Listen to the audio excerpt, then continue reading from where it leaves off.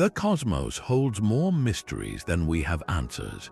Even our most brilliant scientists are left utterly baffled by some of the universe's deepest secrets. Today, we are going to explore 30 of the most profound, unanswered questions in space science.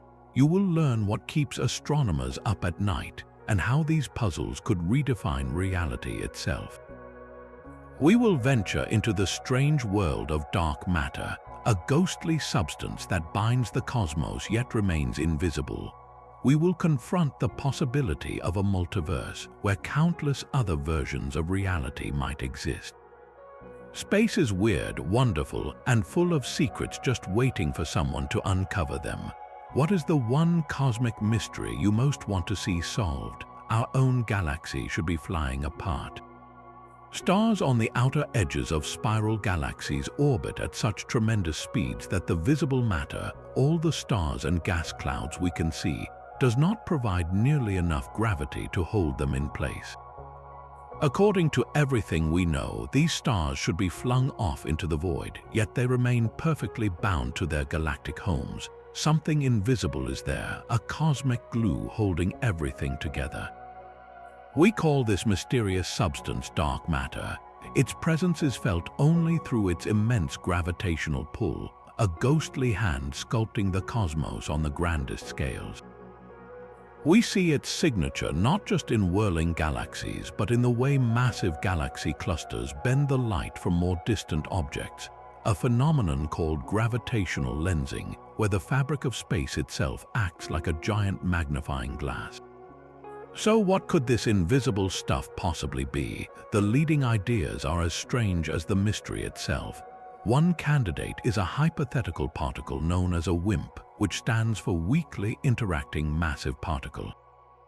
These particles would be heavy, far heavier than a proton, and they would rarely ever interact with normal matter, passing right through our planet and our bodies without a trace.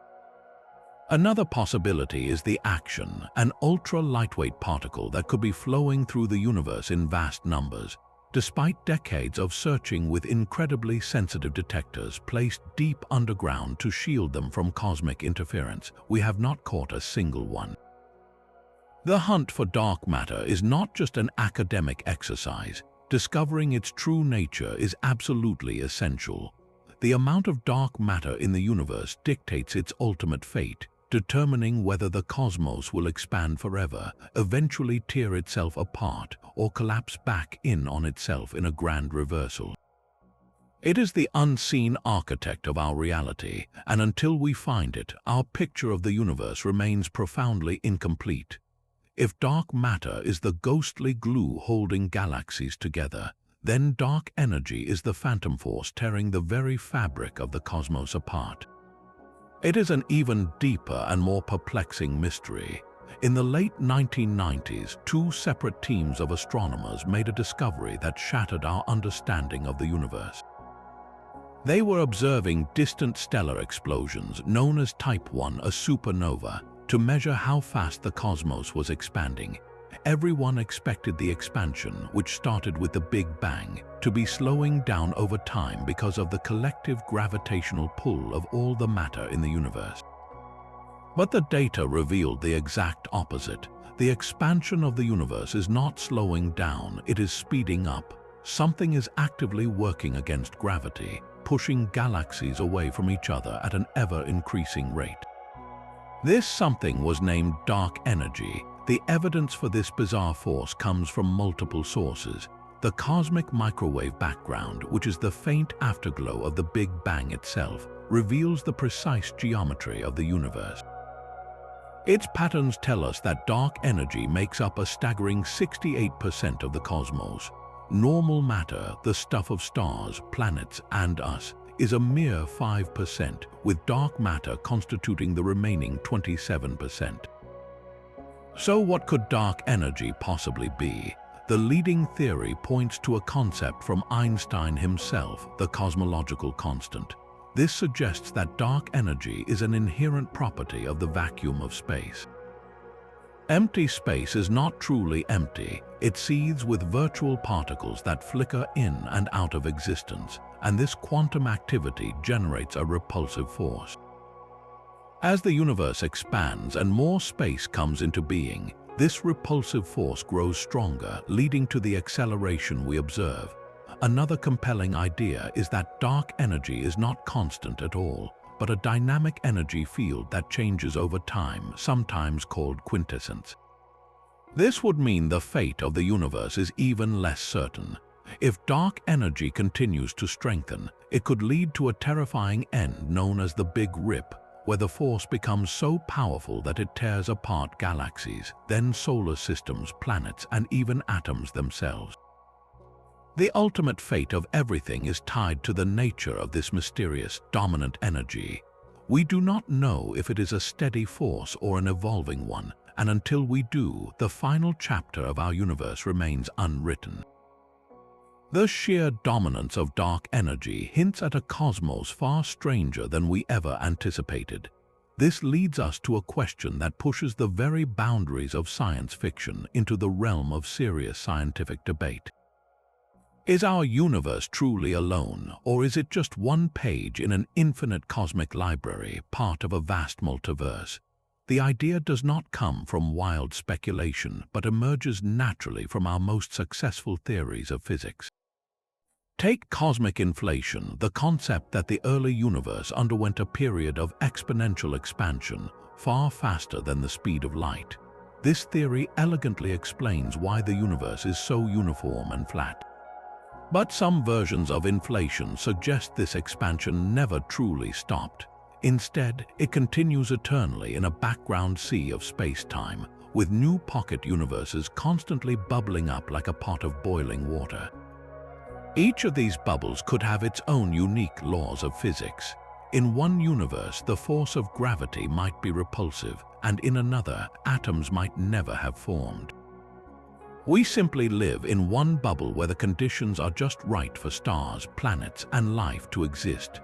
This is the inflationary multiverse. Then there is the quantum realm, governed by bizarre probabilities. The many worlds interpretation of quantum mechanics proposes that every time a quantum event occurs with multiple possible outcomes, the universe splits to accommodate them all.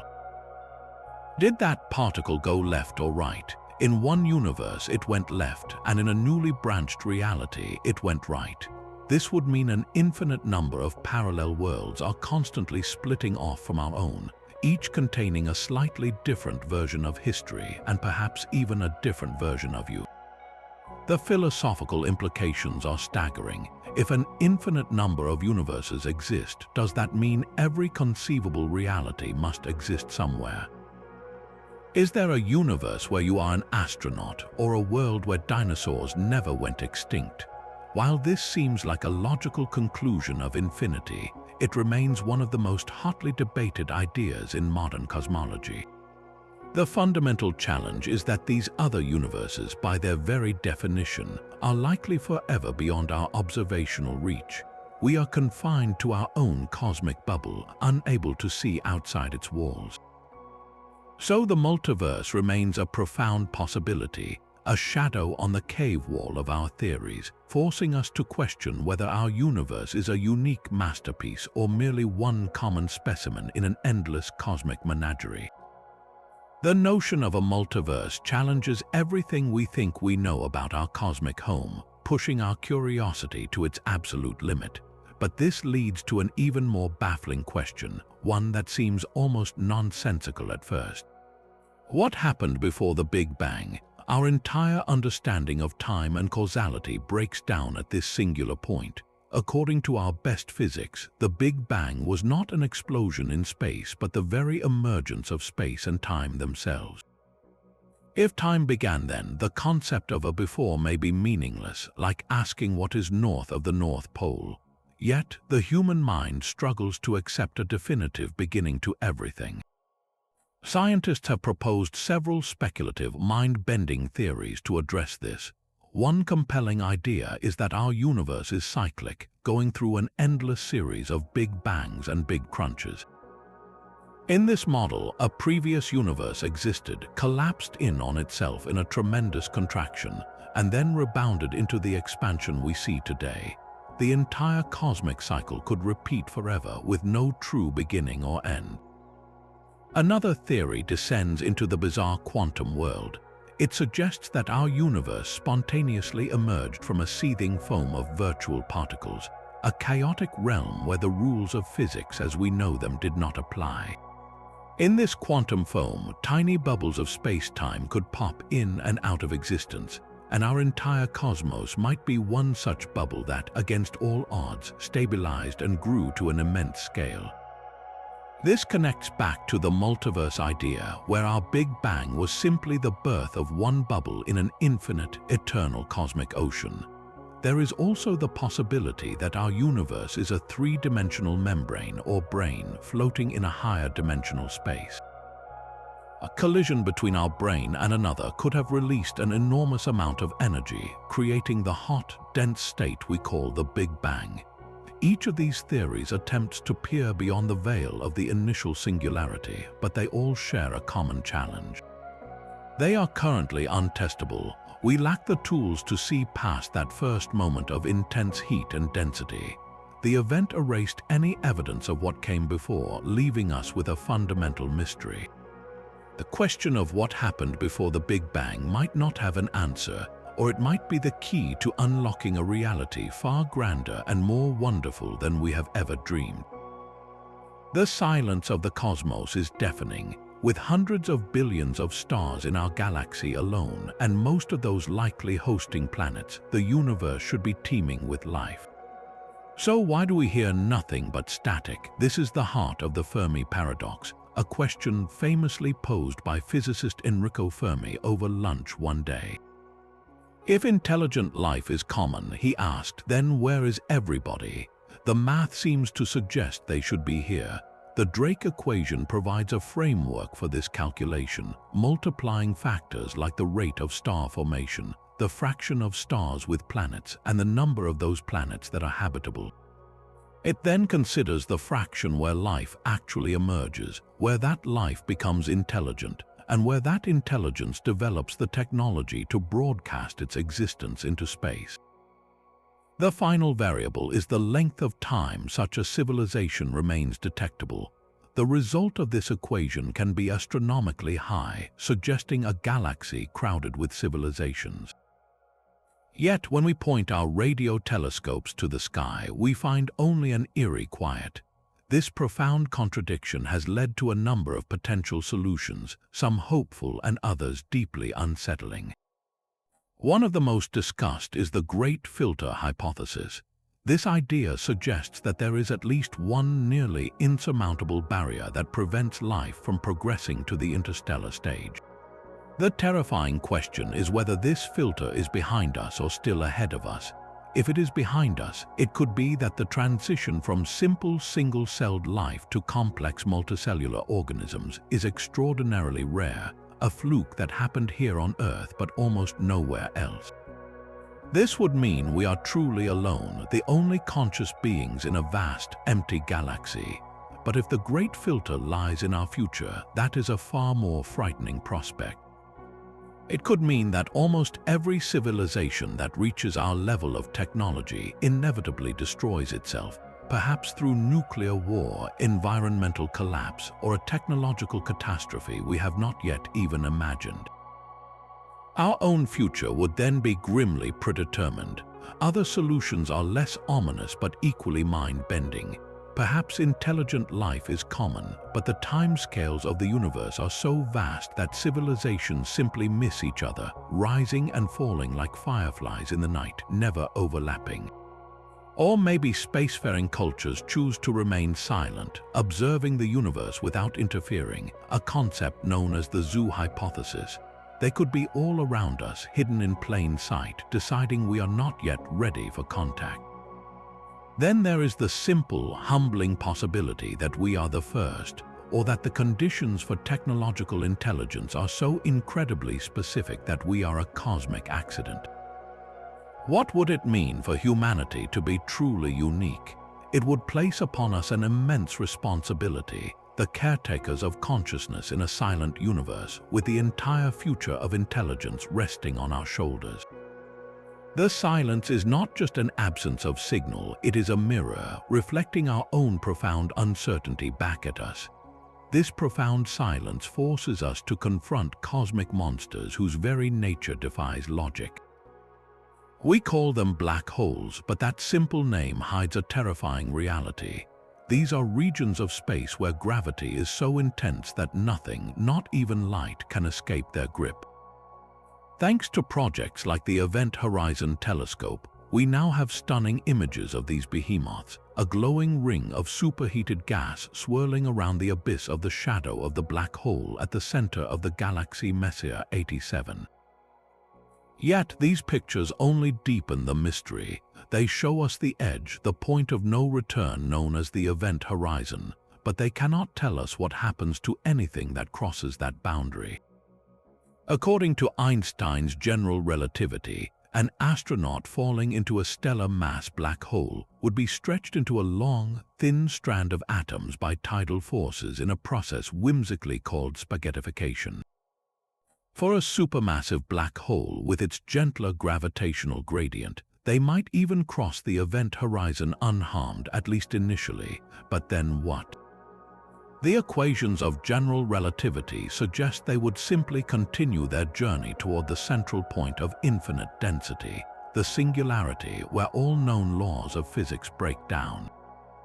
This classical picture, however, clashes violently with the rules of quantum mechanics, creating a paradox that threatens to unravel our understanding of reality. This is the black hole information paradox. Quantum mechanics states that information about the state of a physical system can never be truly destroyed. If you burn a book, the information in its pages is not gone. It is just transformed into a vastly complex pattern of smoke and ash. But if you throw that same book into a black hole, what happens to its information? Stephen Hawking discovered that black holes are not entirely black. Due to quantum effects at the event horizon, they slowly leak radiation and evaporate over immense periods of time. This Hawking radiation is thermal. It is random noise, seemingly carrying no information about what fell in. So when the black hole finally evaporates completely, does all the information about the book, the astronaut, and every other object it consumed simply vanish from the universe?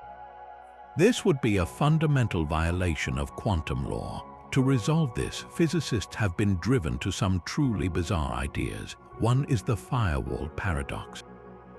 It suggests that instead of a smooth passage through the event horizon, there might be a wall of unimaginably high energy particles right at the boundary. Anything hitting this firewall would be instantly incinerated, preserving information but violating Einstein's principle that an observer falling into a black hole should not notice anything special as they cross the event horizon. Another mind-bending proposal is the idea of holographic universes, where all the information that falls into a black hole is not lost inside but is somehow encoded on its two-dimensional surface like a cosmic hologram. We are left with a stark conflict. General relativity, which governs the very large, paints one picture of the event horizon. Quantum mechanics, which governs the very small, demands another. Both theories are spectacularly successful in their own domains, but they cannot both be correct at the edge of a black hole. The true nature of these cosmic voids remains one of the greatest battlegrounds in modern physics, a place where the fundamental rules of our universe are being tested to their absolute limits. Beyond the event horizon lies the greatest unknown in the universe.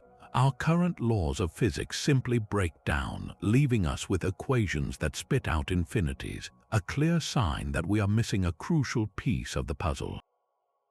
At the very heart of a black hole, general relativity predicts the singularity, a point of zero volume and infinite density. It is a place where the fabric of space and time is crushed out of existence.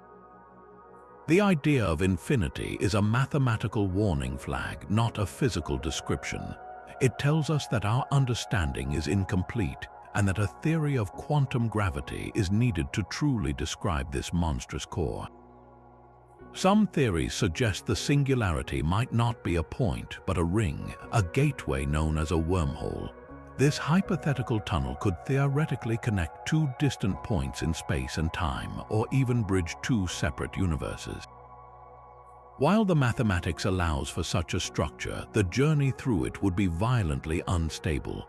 The gravitational forces would likely collapse the tunnel instantly, and any matter trying to pass through would be destroyed.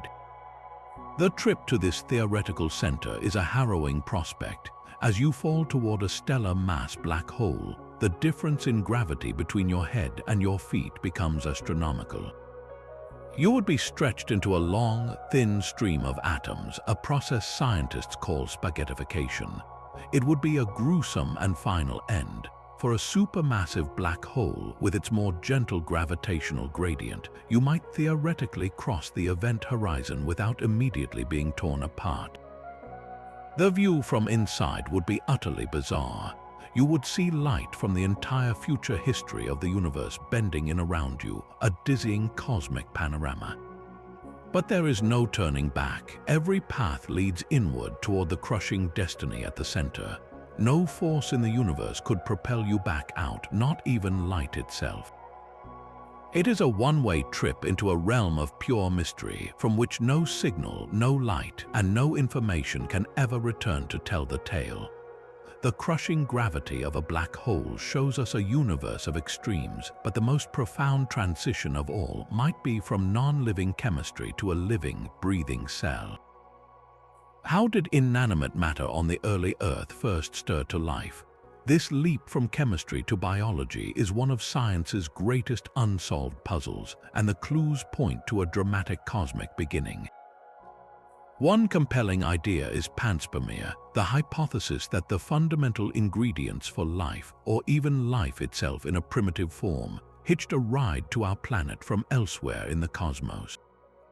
Comets and asteroids, which bombarded the young Earth, are known to be rich in organic molecules and water.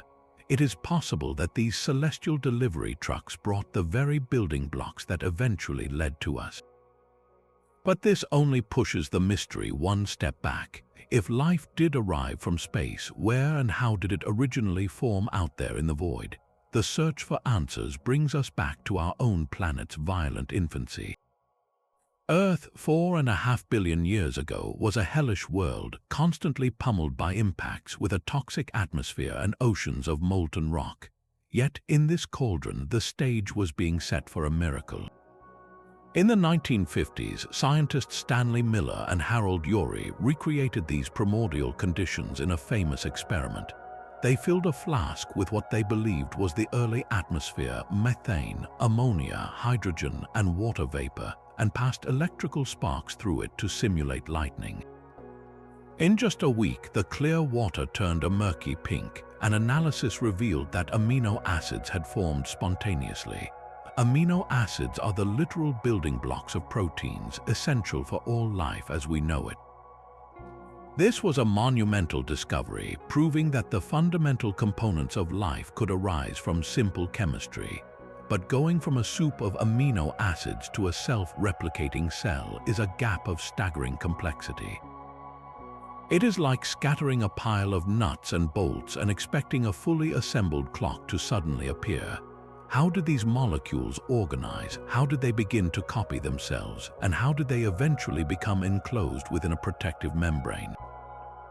This leads to a profound philosophical question about the nature of the cosmos itself. Is the universe inherently biophilic, meaning it is finely tuned and predisposed to create life wherever the right conditions exist? The fact that organic molecules are found throughout space, on asteroids, and in vast interstellar clouds suggests that the chemistry of life is a common, even universal process.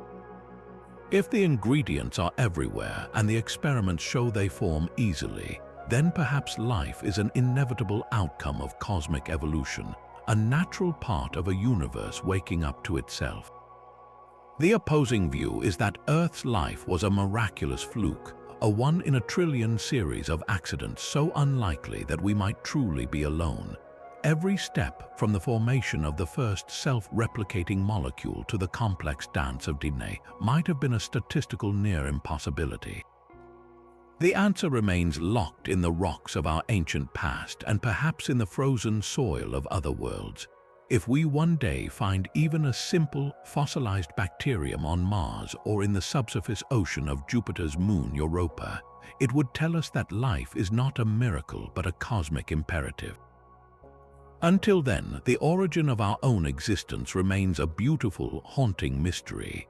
That very first spark of life on Earth might have been a cosmic gift, but the search for its recipients has turned to our own celestial backyard. Mars, our rusty neighbor, was once a world strikingly similar to our own. Rovers like Curiosity and Perseverance have sent back undeniable proof. We see the dried-up riverbeds and deltas, the ancient shorelines of lakes that may have persisted for millions of years. The rocks themselves tell a watery story, rich with clays and minerals that form only in the presence of liquid water. This was a world with all the right ingredients and potentially all the time needed for life to gain a foothold. The question is no longer if Mars was habitable, but if it was ever actually inhabited. The Perseverance rover is now actively drilling into the most promising rocks, collecting sealed tubes of core samples that a future mission will eventually bring back to Earth. Within these pristine Martian sediments, we might find the fossilized remains of ancient microbes, a ghostly signature that we were not the only life to arise in this solar system. Yet, even if Mars is now a barren desert, the hunt for living organisms is far from over. It simply moves underground where vast reservoirs of briny water might still persist, shielding any potential Martian microbes from the harsh radiation that sterilizes the surface. This search for a hidden, watery sanctuary leads us over 500 million miles away to a small, cracked world orbiting Jupiter. Europa, one of Jupiter's largest moons, is a stark white orb crisscrossed with dark, rusty lines. It looks like a cosmic marble, but beneath its icy crust lies the most compelling target for life in our solar system, a global subsurface ocean. This is not a small lake, but a body of water holding more than twice the liquid of all Earth's oceans combined. The evidence for this hidden sea is overwhelming. The Hubble Space Telescope has observed giant plumes of water vapor erupting from fractures in the ice, spewing Europa's inner ocean directly into space. The complex, shifting surface of the ice tells a story of a world being stretched and kneaded by the immense gravitational pull of Jupiter, a process that generates enough internal heat to keep that vast ocean liquid. Where there is liquid water, a source of heat, and a rich chemistry, the potential for life as we know it skyrockets.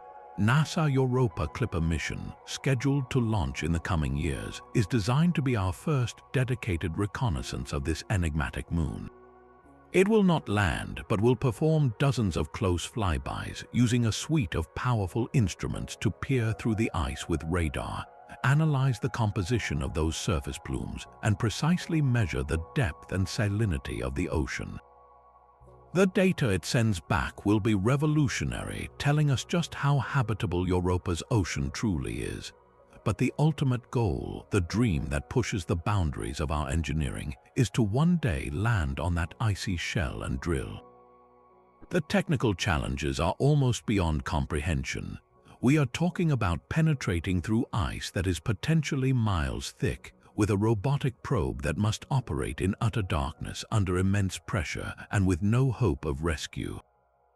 This submersible would then be released into an alien sea, a world without sunlight where any potential life would have to survive on chemical energy welling up from hydrothermal vents on the ocean floor. It would be a journey into a realm more alien than any science fiction, searching for creatures that have evolved in permanent night. Finding even a single, fragile microbe swimming in those dark waters would answer one of humanity's oldest questions. We would know that life is not a solitary accident on one tiny world, but a fundamental, vibrant, and perhaps universal force. The journey to find life elsewhere forces us to look beyond our solar system, to distant stars and the worlds that orbit them. Among the countless exoplanets discovered, a few stand out as potentially habitable, Earth-like worlds. But this search for a second Earth reveals a deeper mystery. Just how rare or how common is a planet like our own? The numbers seem to promise abundance. Our galaxy contains hundreds of billions of stars, and we now know that most of them have planets. Statistically, there should be millions, perhaps even billions, of worlds orbiting within the habitable zone, that Goldilocks region where temperatures are just right for liquid water to exist on the surface. We have already found several promising candidates, like those in the TRAPPIST-1 system, a family of 7 Earth-sized planets orbiting a cool red star. Yet, the sheer number of potential homes for life is confronted by a daunting list of requirements for a truly Earth-like world. It is not just about being the right distance from a star. A planet needs a stable, nearly circular orbit to avoid extreme temperature swings. It likely needs a large moon like our own to stabilize its axial tilt and prevent the climate from chaotically wobbling over eons. It needs a protective magnetic field generated by a molten core to shield its atmosphere from being stripped away by stellar radiation. It may even need the presence of a giant planet like Jupiter in the outer system, whose gravity can deflect dangerous comets and asteroids. The question of our planet's rarity cuts to the heart of our own existence. Is Earth a cosmic masterpiece, a perfect convergence of dozens of unlikely factors that came together to create a stable cradle for life over billions of years? Or is it merely a common template, one of countless similar worlds where the same processes of geology and climate inevitably unfold? The answer to this question is locked within the faint light of these distant exoplanets.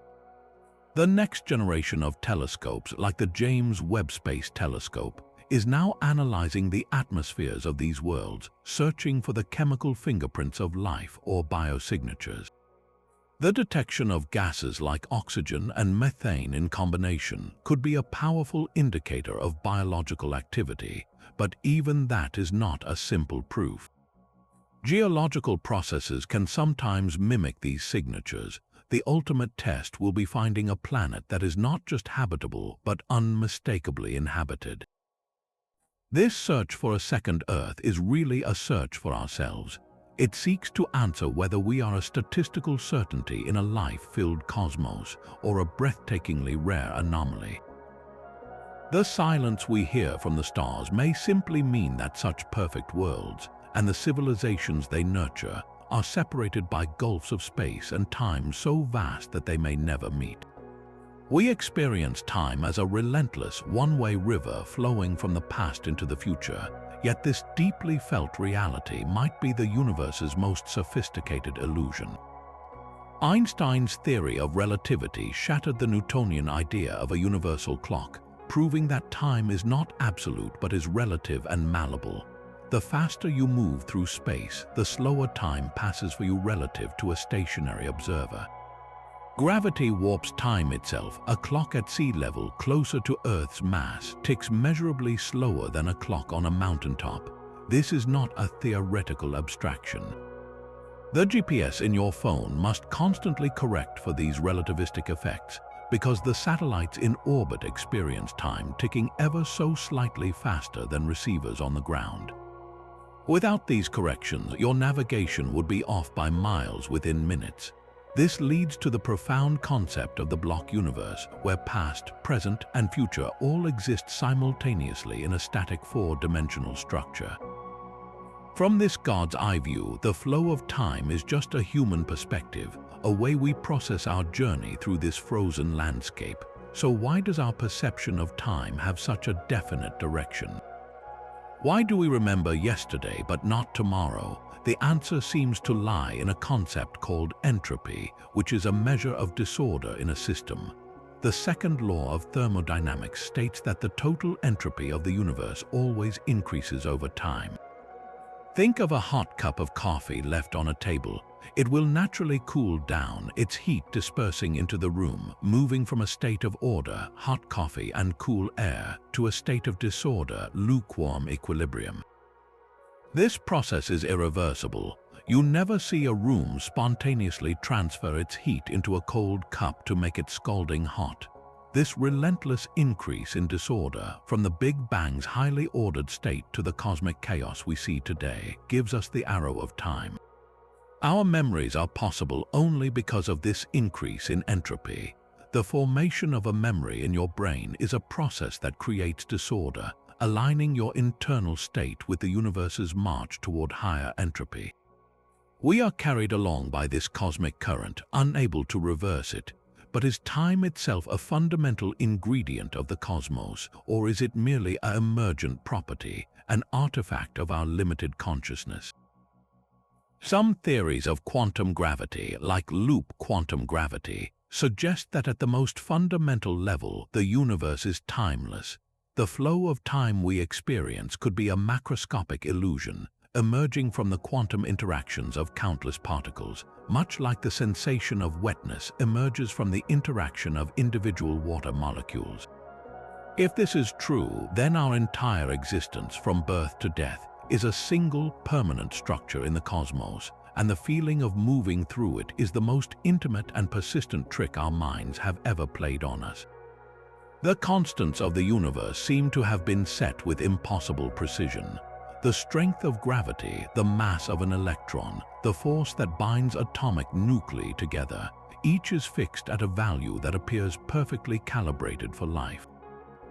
If the force of gravity were even a tiny fraction stronger, the universe would have collapsed back on itself in a fiery crunch shortly after the Big Bang. If it was slightly weaker, matter would never have clumped together to form stars and galaxies. If the nuclear force were just a few percent different, stars would be unable to produce carbon, the fundamental building block of life as we know it. This miraculous balance is not limited to one or two numbers. Dozens of these fundamental constants are all tuned to an astonishing degree, as if countless dials were set to exactly the right positions to allow for our existence. This eerie perfection is known as the fine-tuning problem, and it demands an explanation. One of the most discussed answers is the anthropic principle. In its simplest form, it states that the universe must be compatible with conscious life because we are here to observe it. It sounds almost like a tautology, a statement of the obvious. Of course, we find ourselves in a universe that can support us. We could not exist in one that did not. Yet this principle takes on profound weight when we consider the staggering unlikelihood of our cosmic home. It forces us to confront a deeply unsettling question. Is our universe a product of deliberate design, or are we simply the winners of an inconceivably vast cosmic lottery? This is where the multiverse idea returns with compelling force. If an infinite number of parallel universes exist, each with its own random set of physical constants, then it is no surprise that we find ourselves in one of the incredibly rare bubbles where the numbers lined up just right. In most of these universes, the constants are wrong, stars never ignite, and life never emerges. They are sterile, empty voids. We do not observe those dead universes because there is no one there to observe them. Our presence here merely selects for the one universe that could produce us. The fine-tuning is not evidence of design, but a consequence of our own existence within an endless cosmic landscape. For those who find the multiverse too speculative, other possibilities remain. Perhaps there is a deeper, underlying theory that we have not yet discovered. A single elegant equation from which all these constants naturally emerge, making our universe not a lucky accident but an inevitable outcome. Or the most profound and controversial possibility of all, perhaps the fine-tuning is exactly what it appears to be, a signature of something beyond pure physics. The debate is far from settled, and it places us at a crossroads of science and philosophy. Are we living in a universe that was somehow made for life, or are we just an incredibly fortunate fluke in a cold, indifferent cosmos? The answer, if we can ever find it, would tell us not just about the nature of the cosmos, but about our own place within it. From the silent, gradual tuning of the cosmos, we now turn to explosions of pure, raw energy. These are fast radio bursts, or FRB, and they are some of the most violent and transient events in the universe. For just a few thousandths of a second, a source out in the depths of space can release more energy than our sun puts out over 3 full days. This colossal flash is not in visible light but in radio waves, and then it is gone, vanishing without a trace. The first known FRB was discovered in 2007, not by a human, but by a computer algorithm sifting through old archival data from the Parkes radio telescope in Australia. The signal was so intense and so brief that astronomers initially dismissed it as a terrestrial glitch, perhaps a microwave oven being opened prematurely by a researcher at the observatory. But then more were found, and it became clear these were signals from deep space. The mystery deepened when we realized that not all FRBs are the same. Some are one-off cataclysms, a single, brilliant flash and then eternal silence. Others are repeaters, firing off multiple bursts from the same location with no discernible pattern, like a cosmic lighthouse with an erratic, unpredictable bulb. So what cosmic engine could possibly produce such staggering power in such an impossibly short time? The leading suspect is a type of dead star known as a magnetar. Imagine the core of a massive star collapsed into a city-sized ball, spinning rapidly and possessing a magnetic field so powerful it could erase a credit card from 100,000 miles away. These magnetars are known to have starquakes, sudden fractures in their incredibly dense crust. When such a quake occurs, it could snap the magnetic field lines, releasing a titanic shockwave of energy that we see as a fast radio burst. This theory gained significant support in 2020, when a magnetar within our own galaxy produced a radio burst that, while not quite as powerful as the extragalactic FRBs, confirmed that these objects are indeed capable of such brilliant, fleeting eruptions. Yet, the repeater phenomenon continues to challenge even this explanation. How can a single object have multiple cataclysmic events? Some scientists speculate it could be from a magnetar with a messy environment, perhaps surrounded by a debris field from a shattered companion star. As the magnetar's intense wind slams into this debris, it could create repeated shock fronts that generate the bursts we detect. But there are more exotic possibilities on the table. Could some FRBs be produced by the collision of incredibly dense objects, like 2 neutron stars merging? Or what about the evaporation of primordial black holes from the dawn of time?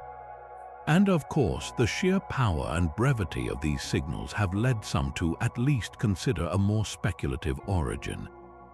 Could they be artificial? Might they be the byproduct of incredibly advanced technology, perhaps power beams for alien light sails, or simply the leakage from a civilization's cosmic communications? While this is the least likely explanation for most astronomers, its continued discussion highlights just how baffling these signals truly are. They are cosmic screams in the dark, brief and brilliant, pointing to violent processes we are only just beginning to comprehend. Our galaxy is not simply drifting through the void. It is on a collision course pulled by an unseen force of incomprehensible power. We are racing toward a mysterious region of space known as the Great Attractor, a gravitational anomaly so immense it is tugging our entire Milky Way and thousands of neighboring galaxies in its direction. This cosmic river of galaxies flows toward a point we cannot clearly see, located in the constellation of Centaurus. The problem is our own galaxy gets in the way. The core of the Milky Way, brimming with stars, gas, and cosmic dust, lies directly between us and the Great Attractor, creating a zone of avoidance that blinds our optical telescopes. It is like trying to see a distant city through a thick, permanent fog. For a long time, this obscuration left the true nature of the Great Attractor completely unknown. We could feel its pull, but we could not see what was doing the pulling. The breakthrough came when astronomers began using instruments that could peer through the cosmic fog. Radio, X-ray, and infrared telescopes revealed that the Great Attractor is not a single, monstrous object, but an immense concentration of mass, a gravitational focal point for our local region of the universe. It appears to be the core of the Laniakea supercluster, a vast filament of over 100,000 galaxies, including our own Milky Way, all bound together by gravity. Laniakea means immense heaven in Hawaiian, and the name is fitting. This supercluster spans 500 million light-years, and we are all flowing toward its dense central valley. So what is the source of this incredible gravity? The sheer number of visible galaxies in the Laniakea core contributes, but it is not nearly enough to account for the observed pull. The primary culprit is almost certainly a colossal concentration of dark matter, the same invisible substance that holds individual galaxies together. We are likely being drawn toward one of the largest reservoirs of dark matter in our cosmic neighborhood, a hidden mountain of the universe's missing mass that dictates the motion of everything around it. Yet, even this is not the end of the story. Our entire local supercluster is also in motion, pulled by an even greater source of gravity beyond the Great Attractor, known as the Shapley supercluster. We are caught in a cosmic chain of tug-of-war, where the fate of galaxies is shaped by the invisible architecture of the universe. The Great Attractor is a profound reminder that what we see with our eyes is only a fraction of reality, and that the true map of the cosmos is written in the silent, relentless pull of the unseen. The same cosmic forces that sculpt black holes also hint at a possibility even more fantastic. The equations of Einstein's general relativity, which describe gravity as the warping of space and time, contain solutions that seem to allow for journeys through time. One such gateway is the wormhole, a theoretical tunnel through the fabric of space-time. Imagine space as a vast, flat sheet of paper. If you want to get from one point to another, you travel across the surface. But if you could fold the paper, bringing those 2 points together, a wormhole would be a shortcut punched right through the fold. The mathematics suggests that such a tunnel could connect not just different places, but different times, potentially serving as a time machine.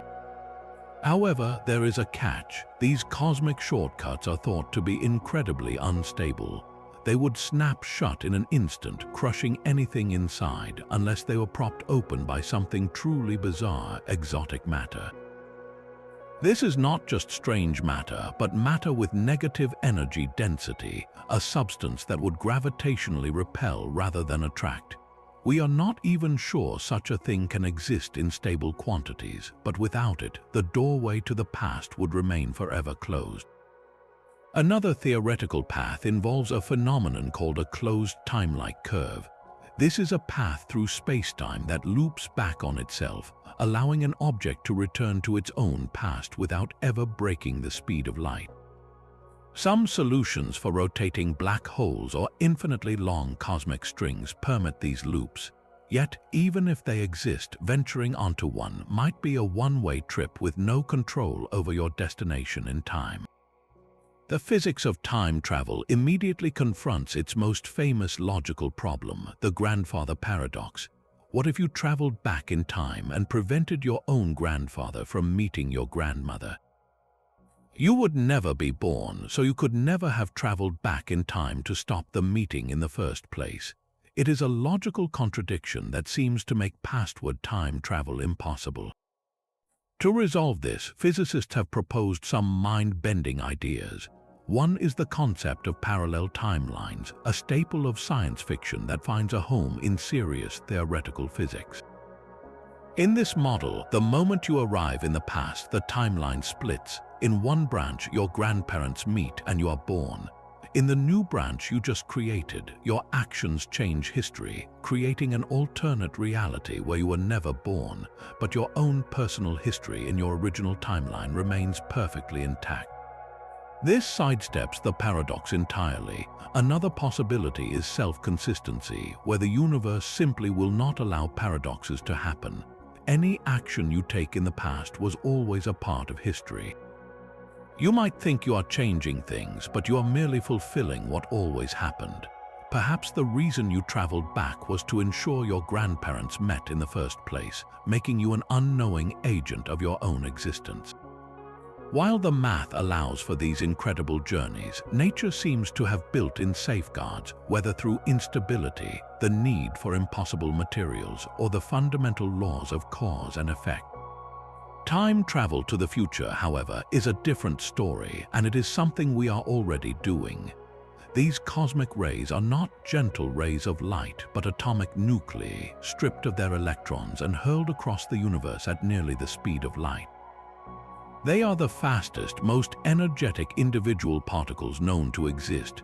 When one of these subatomic bullets, often a single proton, slams into Earth's upper atmosphere, it creates a spectacular cascade of secondary particles, an air shower that can spread for miles. The energy packed into that one tiny particle is staggering, millions of times greater than what our most advanced machines, like the Large Hadron Collider, can produce. We are constantly being bombarded by lower energy cosmic rays, but the ultra-high energy ones are incredibly rare. A single square kilometer on Earth might be struck by only one such particle per century. So what cosmic cannon is firing these atomic bullets at us? The problem is that they are so energetic that they are barely influenced by the magnetic fields that fill our galaxy. While this sounds like it should make them easy to trace, it actually makes the puzzle worse. Unlike a charged particle that gets bent and twisted by magnetic fields, creating a blurry path, these ultra-high energy particles travel in almost perfectly straight lines. In theory, we should be able to look back along that line and see the monster that created it. Yet, when we do, we often see nothing, empty space. This is the heart of the mystery. What catastrophic event can possibly accelerate a single proton to such an unbelievable speed, and then vanish without leaving a clear, visible trace? The prime suspects are some of the most violent objects in the cosmos. One candidate is the active galactic nucleus, the supermassive black hole at the heart of a distant galaxy, greedily devouring matter. The intense magnetic fields and swirling accretion disks around these behemoths could act as a natural particle accelerator on a galactic scale. Another possibility is a gamma-ray burst, the most energetic explosion since the Big Bang itself, which could blast out jets of particles with unimaginable force. Some scientists even speculate about the decay of super-heavy, exotic particles left over from the universe's first moments. The challenge is that these events are transient, they happen, and then they fade, leaving behind only the high-energy particle as a ghostly calling card. Our main tool for hunting them is the Pierre Auger Observatory in Argentina, an enormous detector covering an area of over 1,000 square miles. It does not try to catch the primary particle, which is destroyed in the atmosphere, but instead detects the sprawling shower of secondary particles that rain down.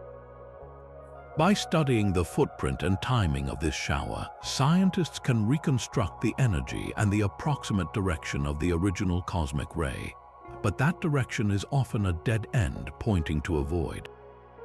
This suggests that these particles come from so far away, from sources beyond our local galactic neighborhood, that their light has faded to invisibility by the time the particle arrives, or that our models of how they travel through the intergalactic medium are fundamentally flawed.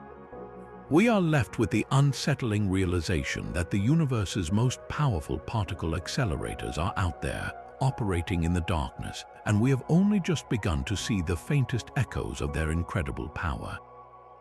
Our very existence is a cosmic violation of symmetry. The laws of physics, as we understand them, insist that the Big Bang should have created matter and antimatter in perfectly equal amounts. For every proton born, an antiproton should have emerged. For every electron, a positron. These are identical particles but with opposite electrical charges, and when matter meets its antimatter twin, they annihilate each other in a flash of pure energy. If the universe had played by these rules, all the particles created in that first fiery moment should have found their antimatter partners, mutually destroying one another and leaving behind a lifeless, radiant cosmos expanding into eternity. There would be no stars, no planets, and certainly no one to ponder the silence. The fact that you are here to hear this means that this perfect balance was broken. Something tipped the scales. For every billion pairs of matter and antimatter that annihilated in the early universe, a single particle of matter was left over. That one in a billion remnant is everything we see around us. Every galaxy, every star, and every atom in your body is the result of that infinitesimal yet universe-defining excess. This mystery is known as baryogenesis, the origin of the matter asymmetry. So what caused this critical imbalance? The search points to a subtle flaw in the laws of nature, a phenomenon called CP violation. The letters C and P stand for charge and parity. Charge conjugation means swapping a particle for its antiparticle. Parity is like looking at the universe in a mirror, reversing all spatial directions. For a long time, physicists believed the laws of physics were symmetric under both these operations. A reaction involving particles should look identical to its mirror image reaction involving antiparticles. But experiments have shown this is not always true. In certain rare subatomic processes, particles and antiparticles behave slightly differently as they decay. It is as if the universe has a tiny, built-in preference for matter over antimatter, a faint-handedness written into the fabric of reality. The CP violation we have observed so far, however, is far too weak to account for the overwhelming amount of matter we see today. It is a mere whisper of the imbalance we need. This means there must be other, much stronger sources of CP violation operating at energies we have not yet been able to probe, perhaps from the very first moments after the Big Bang. Experiments at particle accelerators like the Large Hadron Collider are meticulously studying the behavior of exotic particles like neutrinos and beauty quarks, hunting for any additional crack in the symmetric facade of physics. They are trying to catch the universe in the act of showing its preference. Finding the full mechanism behind baryogenesis is more than an academic pursuit. It is a quest to understand the most fundamental reason why anything exists at all. We are the children of a broken symmetry, the living evidence of a cosmic imperfection that allowed the universe to become more than just light. That broken symmetry gave us a universe of matter, a canvas upon which the largest structures imaginable could form. If you could pull back far beyond our local supercluster, the true architecture of the cosmos reveals itself. We find a universe not of random scatter, but of an intricate web-like pattern, the cosmic web. This is the largest known structure in existence, a vast network of glittering filaments made of galaxies and dark matter, surrounding incomprehensibly empty void. These are not small holes, but bubbles of nothingness hundreds of millions of light years across, where few galaxies dare to dwell. The universe on its grandest scale resembles a sponge or a collection of soap bubbles. Mapping this colossal architecture is one of astronomy's greatest cartographic challenges. Scientists do not see the dark matter filaments directly, but they can trace their outline by meticulously plotting the positions of millions of galaxies. Projects like the Sloan Digital Sky Survey have created three-dimensional maps showing galaxies clumped into immense walls and long, delicate threads, all winding around those terrifyingly empty voids. This cosmic web is the direct result of the early universe. Tiny quantum fluctuations in the primordial soup were stretched to enormous sizes by inflation, and over billions of years, gravity amplified these slight overdensities. Dark matter acted as the scaffolding, its gravity pulling normal matter into the patterns we see today. But this grand map leads to an even deeper question about the stage itself. What is the overall shape and topology of our universe? Is it finite, like a giant but closed balloon, or is it truly infinite, stretching on forever? The key to this lies in its geometry, which depends on the total density of all matter and energy. Our best measurements from the cosmic microwave background show that the universe is almost perfectly flat.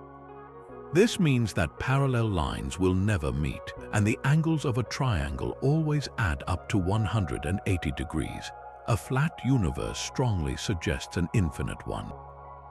The idea is staggering. If the cosmos is infinite, then everything we can see in our observable universe, every galaxy, every star, is just one tiny speck in an endless repetition of reality. There could be, quite literally, no end to the number of galaxies, stars, and even planets. But the geometry could also allow for a finite universe without a boundary, like the surface of a video game screen where going off one edge brings you back to the other. If space is connected in such a twisted way, the light from a single galaxy could, in theory, travel around the entire cosmos and be seen in multiple places in the sky. Astronomers have searched for these ghostly duplicate images, these matching circles in the cosmic microwave background, but so far they have found none. The evidence still points to a universe that is flat and likely infinite. We are left to ponder a cosmos of mind-numbing scale, a single bubble in a foam of voids, adrift in a possibly endless sea of space and time. That initial burst of expansion was so much more than a simple bang. To solve deep puzzles about the universe's uniformity and shape, scientists proposed a truly mind-bending event called cosmic inflation. This was not the steady expansion we see today, but an exponential, faster-than-light stretching of the fabric of space itself, all within the first tiny fraction of a second after the beginning. Think of marking 2 points on a deflated balloon, then blowing it up to the size of the entire Earth in an instant. The points would be flung impossibly far apart, yet the surface of the balloon itself would look incredibly smooth and flat. This is exactly what inflation did to our infant cosmos. It took any tiny region of the primordial fireball and stretched it to a scale larger than our entire observable universe, explaining why the cosmos looks so uniform in every direction we look. It also ironed out any severe curvature, leaving us with the flat geometry we measure today. Yet for all its explanatory power, inflation introduces one of physics' greatest mysteries. What was the engine behind this incredible burst? Scientists call it the inflaton field, a hypothetical energy field that permeated the early universe.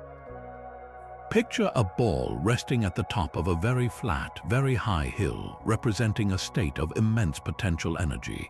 As this ball slowly rolled down the hill, the energy it released caused space to expand at a staggering rate. When the ball finally reached the bottom and settled, that energy was transformed, reheating the universe into the hot, dense soup of particles that would eventually form atoms, stars, and us. The inflaton field itself then faded away, leaving behind the universe we know. So how do we search for evidence of such a brief, primordial event? Our most powerful clues are imprinted in the cosmic microwave background, the ancient afterglow of the Big Bang. Incredibly precise telescopes scan this faint light for subtle patterns, particularly a faint twisting in its polarization known as B modes. These patterns are thought to be the ripples in space-time, gravitational waves, generated by the violent tremors of inflation itself.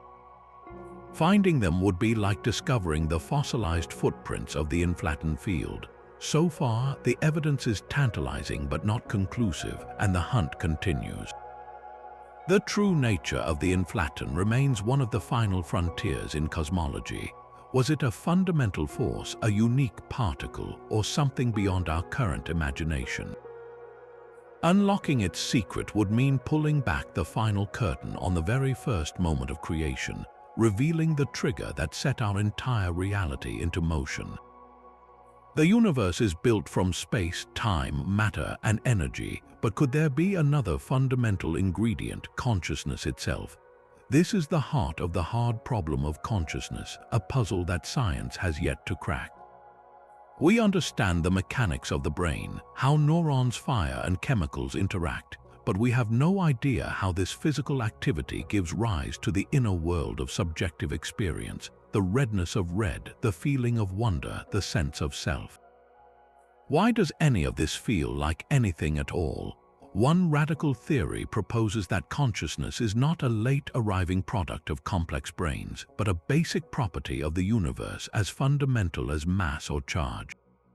This idea is called panpsychism. It suggests that some form of primitive experience or proto-consciousness exists in all matter. In this view, an electron might possess a faint glimmer of inner life, an unimaginably simple experience of being.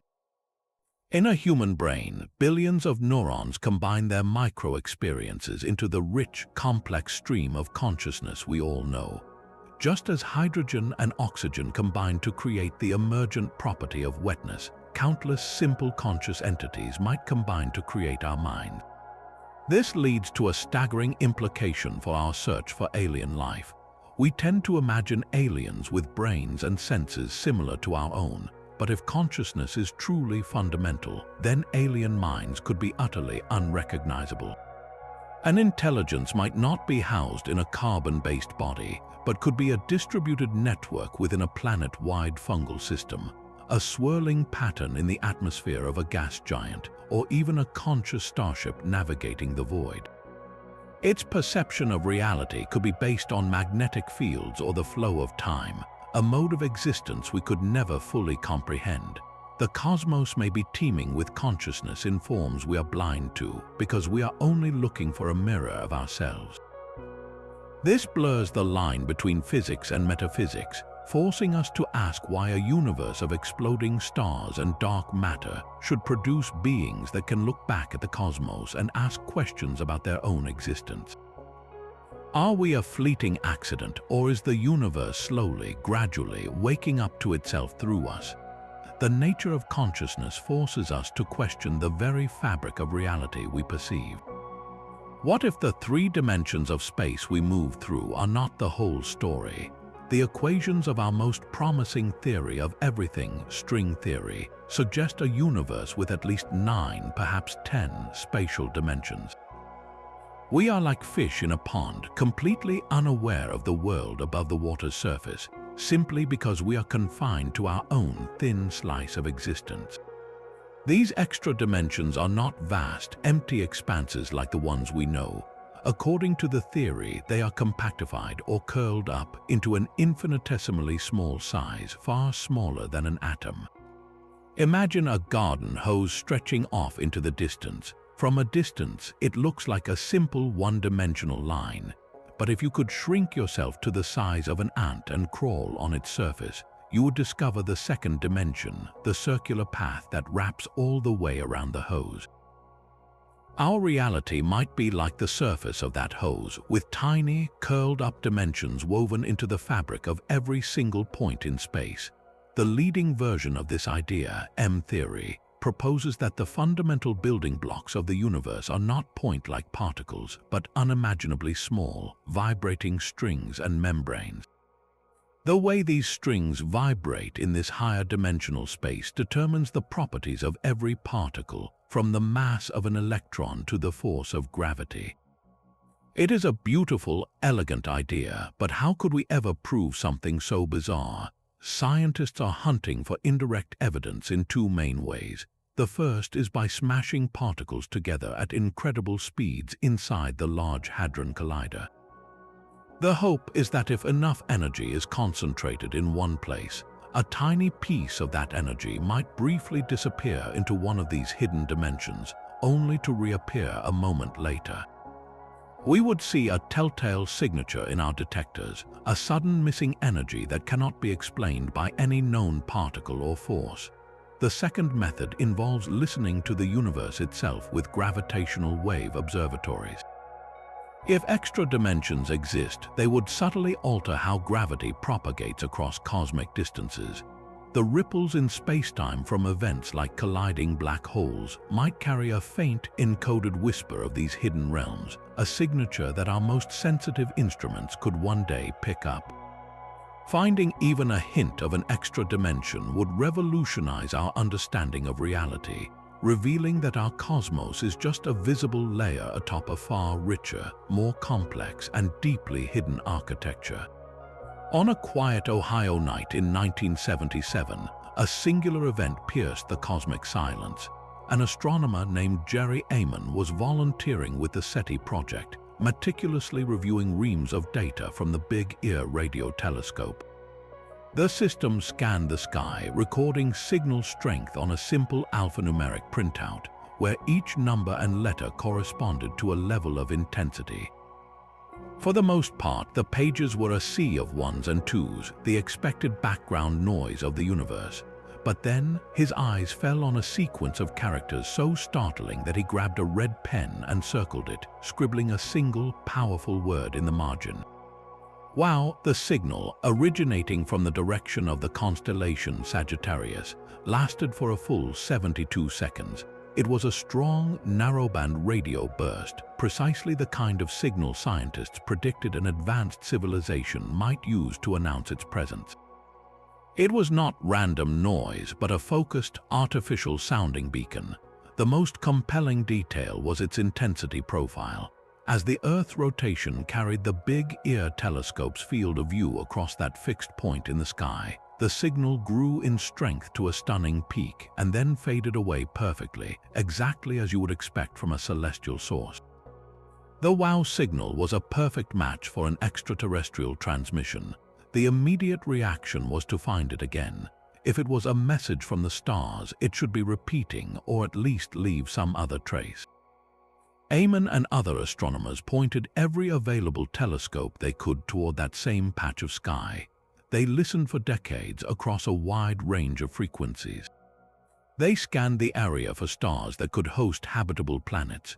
The result was a profound and enduring silence. Not a single whisper, not even a hint of a follow-up was ever detected. The search for a natural explanation has been equally frustrating. It could not have been a passing satellite or aircraft, as those move quickly and would not create such a clean, rising and falling curve. It was not a military transmission, as no earthly broadcast uses that specific forbidden frequency. It was not a reflected signal from space debris, as the unique hydrogen line frequency it used is protected by international agreement, reserved exclusively for astronomical research. Every proposed natural cause has fallen short, failing to explain the signal's unique properties. This single, unverified event remains the best candidate for an alien message we have ever recorded. Its power and its perfect shape point toward an intelligent origin, yet its one-off nature makes it impossible to confirm. The WOW signal is a ghost in the machine of cosmic discovery, a tantalizing whisper that lasted just over a minute and then vanished forever. It embodies the entire struggle of the search for extraterrestrial intelligence. It is the agony of a single, perfect day to point that can never be replicated, a fleeting moment of profound possibility that leaves us forever wondering if we were truly heard, or if we were simply eavesdropping on a cosmic conversation meant for someone else. The WOW signal's ghostly whisper is a perfect example of a phenomenon that cannot be repeated, a frustrating but familiar feeling in the deepest corners of physics. This same challenge haunts the single greatest quest in modern science, the search for a theory of quantum gravity. We have two sets of laws that describe our universe, and they are both spectacularly successful in their own domains, yet they contradict each other so fundamentally that one of them, or both, must be incomplete. On one hand, we have Einstein's general relativity, which paints a beautiful picture of gravity as the warping of space and time. It predicts black holes, the bending of light, and the expansion of the cosmos with stunning accuracy. This is the physics of the very large, of planets, stars, and galaxies. On the other hand, we have quantum mechanics, which governs the bizarre, probabilistic world of the very small, of atoms and subatomic particles. Here, particles can be in two places at once, and reality does not settle on a single outcome until it is measured. The problem arises when these two worlds collide. What happens to gravity at the center of a black hole, a place of immense gravity and tiny quantum scales. What was gravity like in the first fleeting moments after the Big Bang? At these extremes, our equations break down, spitting out nonsensical infinities. It is like having a perfect rulebook for playing chess and another perfect rulebook for playing checkers, but no rulebook at all for a game that combines both. Physicists are trying to write that unified rulebook, and the leading candidates are as mind-bending as the problem itself. String theory proposes that the fundamental building blocks of the universe are not point-like particles, but unimaginably tiny, vibrating strings. The different ways these strings vibrate give rise to all the particles and forces we see, including the graviton, the hypothetical quantum particle of gravity. To make the math work, string theory requires something extraordinary, extra dimensions of space, curled up into a size so small we cannot perceive them. Another promising approach is loop quantum gravity. This theory suggests that space itself is not a smooth, continuous fabric, but is made of tiny, indivisible loops, a kind of pixelated structure at the Planck scale. In this view, the fabric of spacetime is woven from a network of these loops, and gravity emerges from their quantum interactions. It is a theory that tries to quantize space and time themselves. The immense challenge, however, is testing these ideas. The energies required to probe such tiny scales are far beyond anything our particle colliders can produce. We are searching for evidence in the faint echoes of the Big Bang, in the precise ringing of black holes, or in subtle anomalies in how particles behave. Finding a theory of quantum gravity would be the ultimate triumph, a single framework that describes everything from the birth of the cosmos to the dance of the smallest quanta. Until then, we are left with two magnificent but conflicting portraits of reality, and the haunting sense that a deeper, unified truth is waiting just beyond our grasp. Our cosmic neighborhood will not be a safe haven forever. The fate of our solar system is written in the life cycle of the sun, and the final chapter will be one of fire and ice. For billions of years, our star has been a stable furnace, but this will not last. In about 5 billion years, the sun will exhaust the hydrogen fuel in its core. It will then begin to burn hydrogen in a shell around its core, causing its outer layers to swell to a monstrous size. Our sun will become a red giant, a bloated, dying star that will stretch out to engulf the inner planets. Mercury and Venus will be the first to be consumed, vaporized in an instant. The fate of Earth hangs in a delicate balance. As the sun expands, it will also lose a significant amount of its mass, which weakens its gravitational grip. This could cause Earth's orbit to drift outward, potentially just enough to escape the advancing inferno. But it is a perilous race. Even if our planet is not swallowed whole, it will be scorched beyond recognition, its surface melted to a global ocean of magma, its atmosphere boiled away into space. The once blue marble will become a barren, glowing rock. The outer planets will face a different kind of chaos. As the sun sheds its mass, the delicate gravitational balance that has kept the solar system stable for eons will be shattered. The orbits of Mars, Jupiter, Saturn, Uranus, and Neptune will become unpredictable. Some may drift further away into the cold darkness. Others could be gravitationally nudged into new, unstable paths, leading to close encounters. In this cosmic dance of giants, planets could be flung entirely out of the solar system, cast adrift as rogue planets to wander the interstellar void forever, alone in the eternal night. After its violent red giant phase, the sun will have nothing left to give. It will shed its outer layers into space, creating a beautiful, glowing planetary nebula. All that will remain is its incredibly dense, Earth-sized core, a white dwarf. This stellar ember will be ferociously hot at first, but with no new energy source, it will slowly, inexorably cool over trillions of years, fading from white to yellow to red, and finally to a cold, black lump of carbon, a dark diamond in the void. The planets that remain, frozen and lifeless, will continue to orbit this silent, dark relic, a ghostly reminder of a system that once teemed with light and life. The solar system will end not with a bang, but in an everlasting, deep freeze. Even the most meticulously planned missions can leave behind a ghost in the data. As the Pioneer 10 and Pioneer 11 spacecraft hurtled through the outer solar system, navigators noticed something was subtly wrong. Their trajectories were ever so slightly off, as if an unseen hand was gently applying the brakes.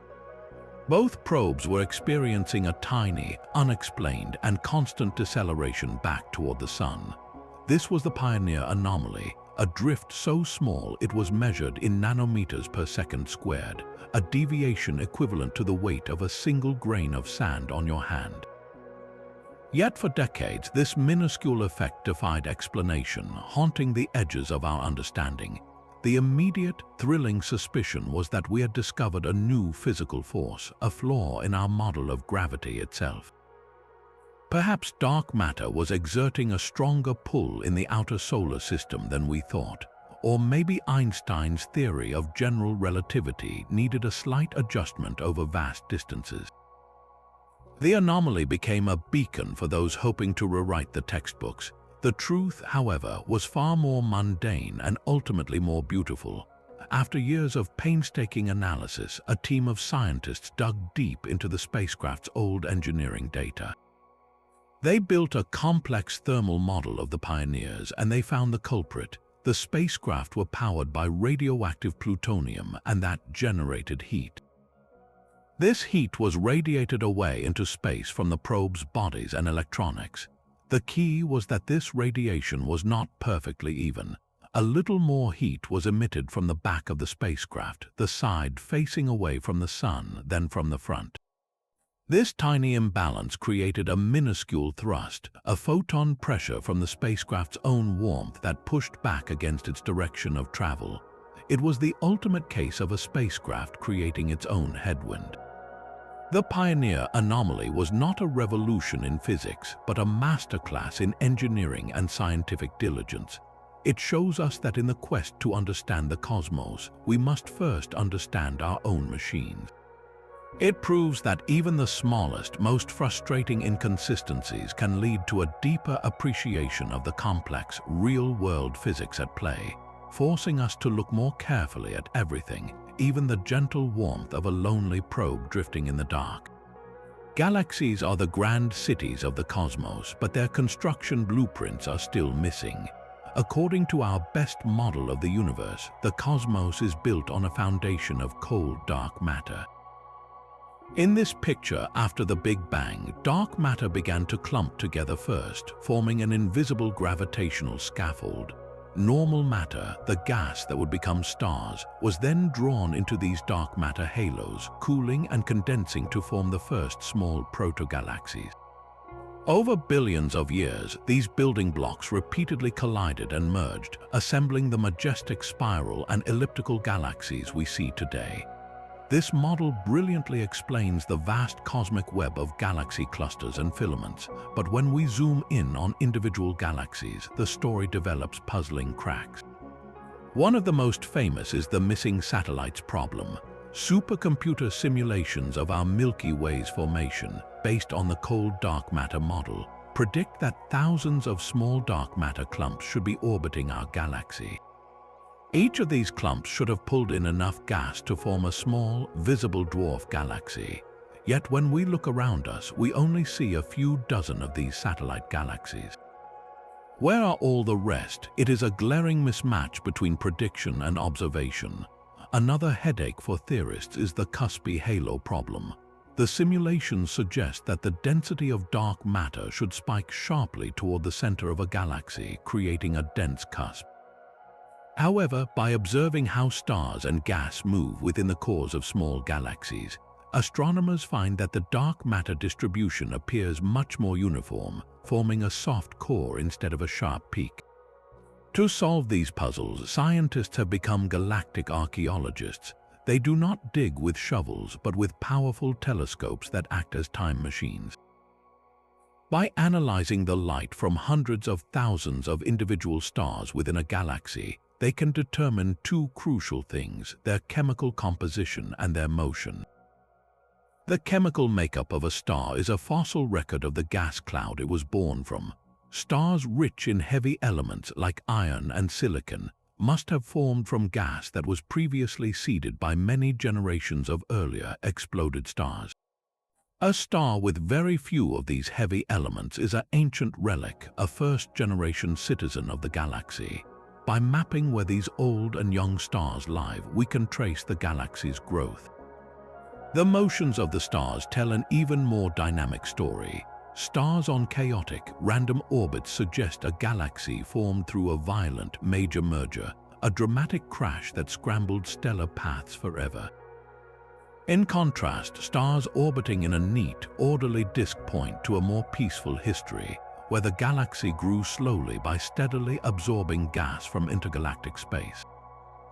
Our own Milky Way bears the scars of both processes. We can see streams of stars, the ghostly tidal tales of smaller galaxies that our galaxy has cannibalized over the eons. Each of these streams is a chapter in a violent autobiography, revealing that even the most serene-looking spiral is a product of a turbulent and dramatic past. The formation of a galaxy is not a single event, but a continuous, evolving narrative written in starlight. These elusive particles are the universe's ultimate ghosts. Countless trillions of neutrinos are streaming through your body at this very moment, passing through the solid Earth as if it were not even there, leaving no trace of their journey. They are the second most abundant particle in the cosmos after photons of light, yet they are famously, frustratingly difficult to catch. This is because neutrinos barely interact with normal matter at all.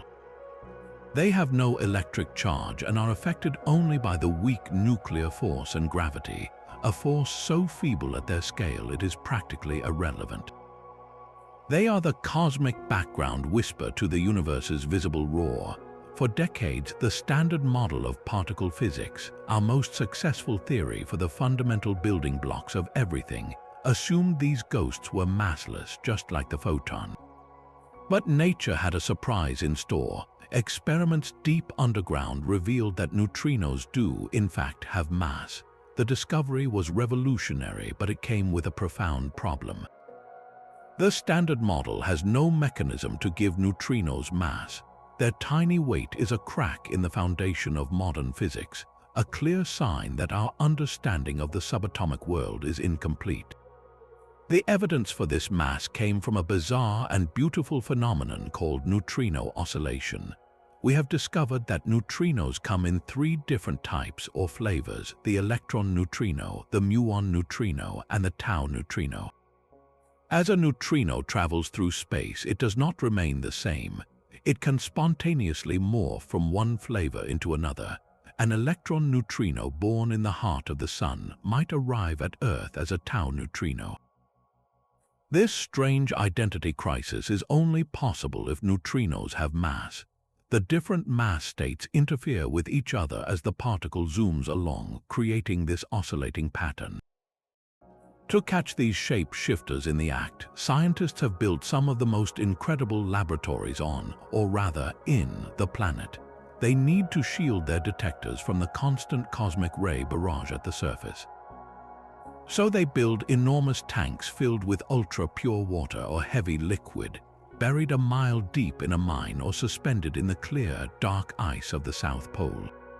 One of the most famous is the Super Kamiok detector in Japan, a cavern filled with 50,000 tons of the purest water, lined with over 10,000 golden light-sensing bulbs. When a rare neutrino does interact with an atom in the water, it creates a faint flash of blue light, a cone of radiation called Cherenkov radiation that paints a picture of the neutrino's direction and energy. These detectors are our windows into the most violent processes in the universe. They capture neutrinos from our Sun, confirming the nuclear fusion that powers it. More dramatically, they catch the ghostly pulse from a dying star. In 1987, detectors around the world registered a handful of neutrinos from a supernova in the Large Magellanic Cloud, arriving hours before the visible light of the explosion. These were the death throes of the star, telegraphed directly to us by these elusive messengers.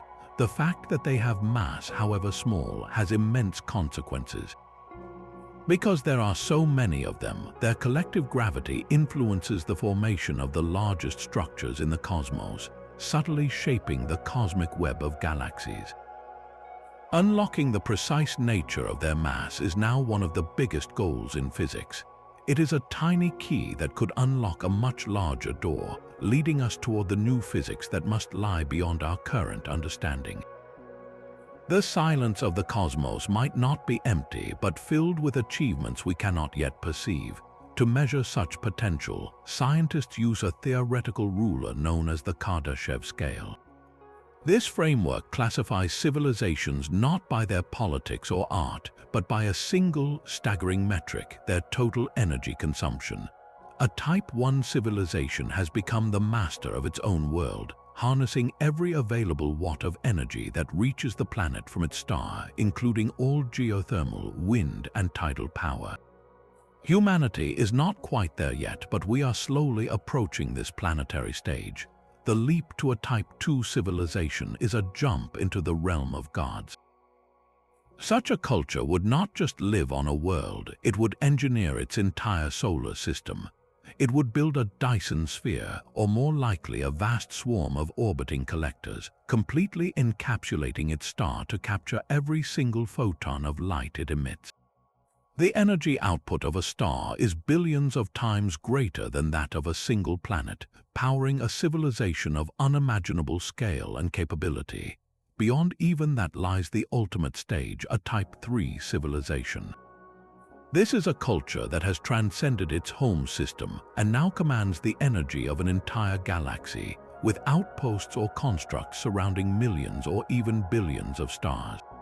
Its power would be so vast that its work should be visible across the universe.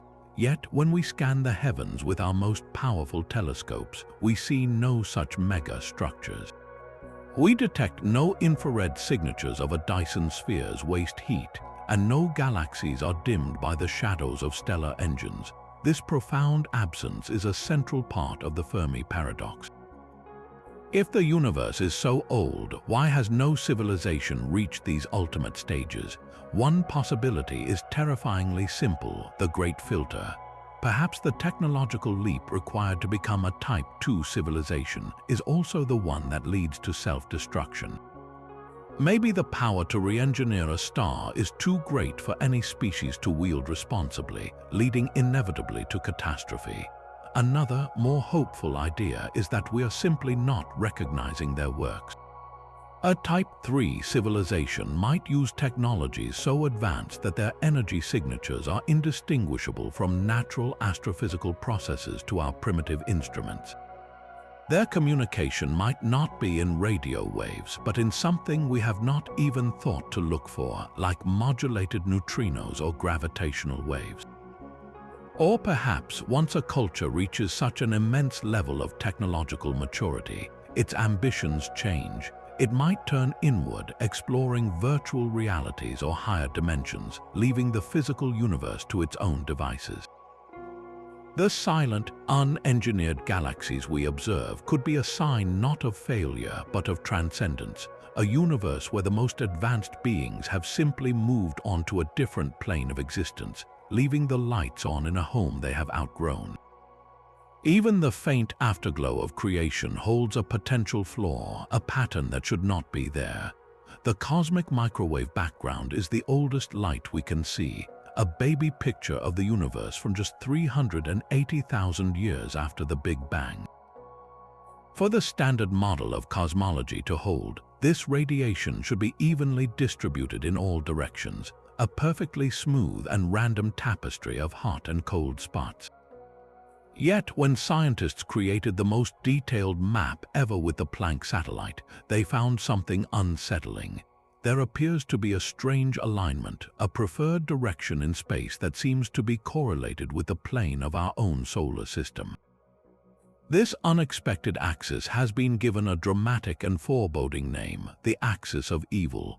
The name reflects just how troubling this potential discovery is to our fundamental understanding of the cosmos. If it is real, it suggests that the universe has a preferred direction, a concept that violates the cornerstone principle of cosmology, the cosmological principle. This principle states that the universe is homogeneous and isotropic, meaning it looks the same in every direction and from every location on a large scale. There should be no special axis, no cosmic North Pole. The existence of such an axis would imply that we occupy a unique place in the universe, a throwback to pre-Copernican thinking that we are at the center of everything.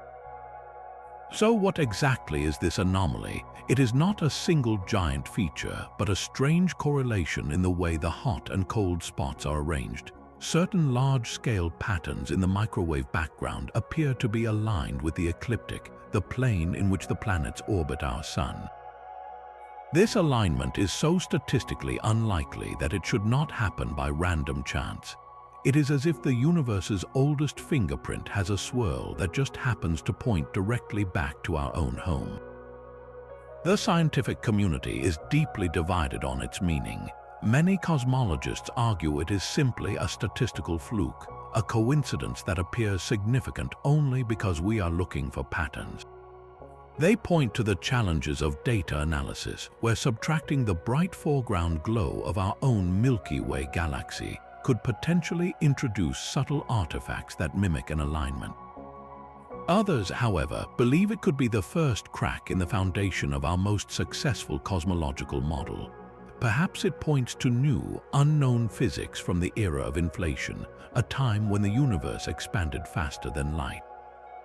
Maybe the fabric of space itself has a primordial grain to it, a texture that imprinted this directionality onto the cosmos at its birth.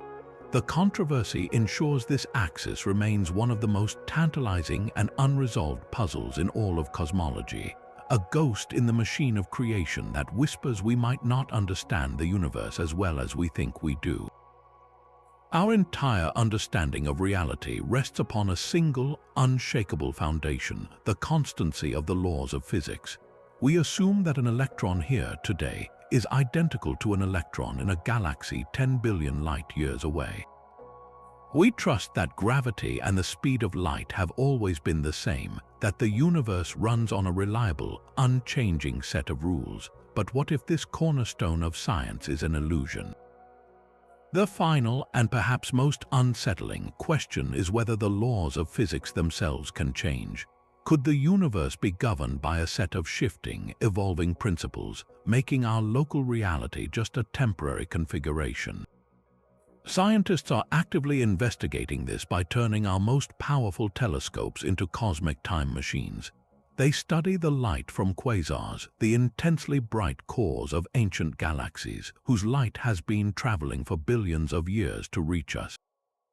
As this light passes through vast, primordial clouds of gas in intergalactic space, specific elements within those clouds absorb very particular colors or frequencies of the quasar's light. This creates a unique barcode of dark lines in the quasar's spectrum. The precise positions of these lines depend on a number known as the fine structure constant. This constant is a fundamental value that governs the strength of the electromagnetic force, controlling how atoms hold together and how light interacts with matter. It is one of the dials that appears to be perfectly tuned for our existence. By meticulously measuring the barcodes from quasars at different distances, and therefore from different eras in cosmic history, astronomers can check if this constant has shifted over time. The results are contentious and extraordinary. Some teams have reported tentative evidence that the fine structure constant was slightly weaker in the distant past, a whisper of change over billions of years. If true, the implications are staggering. It would mean that the very fabric of reality is in flux. The forces that glue atoms together, that allow for the chemistry of life, might not be eternal. They could be a local and temporary byproduct of our cosmic neighborhood or our moment in time. Perhaps in another part of the multiverse or in the far future of our own, the rules are completely different, with atoms unable to form or stars unable to ignite. This possibility shakes science to its core. If the constants are not constant, then our entire model of the cosmos is not a universal truth, but merely a snapshot, a local ordinance in a much weirder and more dynamic reality. The search for absolute laws would be replaced by a quest to understand the deeper, meta-laws that govern the evolution of physics itself. We are left wondering if we are discovering the permanent rules of the universe or simply the temporary habits of our own small corner of it. We have traveled from the ghostly pull of dark matter to the silent, echoing question of the wow signal. These 30 mysteries are not merely gaps in a textbook, they are the very frontiers of human understanding. Each one represents a challenge to our intellect and an invitation to wonder. The pursuit of these answers is the engine of science, a relentless drive that pushes us to build better telescopes, dig deeper into theory, and question our most fundamental assumptions about reality. Not knowing is not a failure, it is the starting point for every great discovery. It is the blank space on the map that calls to the explorer, the unsolved equation that tempts the mathematician, the silent sky that beckons the dreamer. This journey does not end here, it continues with every person who looks up at the night sky filled with a sense of awe. Stay curious, ask the big questions. And who knows, perhaps one day you will be the one to find a crucial piece of the puzzle, to see a pattern no one else noticed, and to help write the next chapter in our story of the cosmos. Which of these cosmic mysteries captivates you the most? Let us know in the comments, and if you are hungry for more wonders, be sure to subscribe for our next deep dive into